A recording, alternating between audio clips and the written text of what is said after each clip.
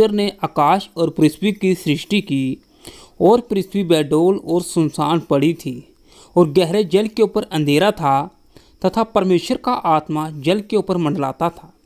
तब परमेश्वर ने कहा, उजाला हो, तो उजाला हो गया। और परमेश्वर ने उजाले को देखा कि अच्छा है, और परमेश्वर ने उजाले को अंधेरे से अलग किया, और परमेश्वर ने उजाले को दिन और अंधेरे को रात कहा।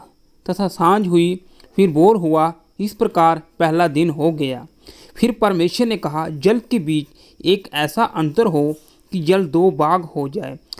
तब परमेश्वर ने एक अंतर करके उसके नीचे के जल और उसके ऊपर के जल को अलग अलग किया, और वैसा ही हो गया।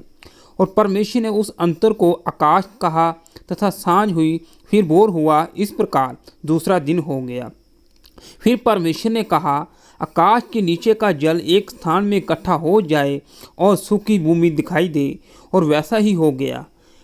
और परमेश्वर ने सूखी भूमि को पृथ्वी कहा, तथा जो जल इकट्ठा हुआ उसको उसने समुद्र कहा। और परमेश्वर ने देखा कि अच्छा है। फिर परमेश्वर ने कहा, पृथ्वी से हरी घास तथा बीज वाले छोटे छोटे पेड़ और फलदायी वृक्ष भी, जिनके बीज उन्हीं में एक एक की जाति के अनुसार होते हैं, पृथ्वी पर उगे, और वैसा ही हो गया। इस प्रकार पृथ्वी से हरी घास और छोटे छोटे पेड़, जिनमें अपनी अपनी जाति के अनुसार बीज होता है, फलदायी वृक्ष जिनके बीज एक एक की जाति के अनुसार उन्हीं में होता है, होंगे। और परमेश्वर ने देखा कि अच्छा है। तथा सांझ हुई, फिर भोर हुआ, इस प्रकार तीसरा दिन हो गया।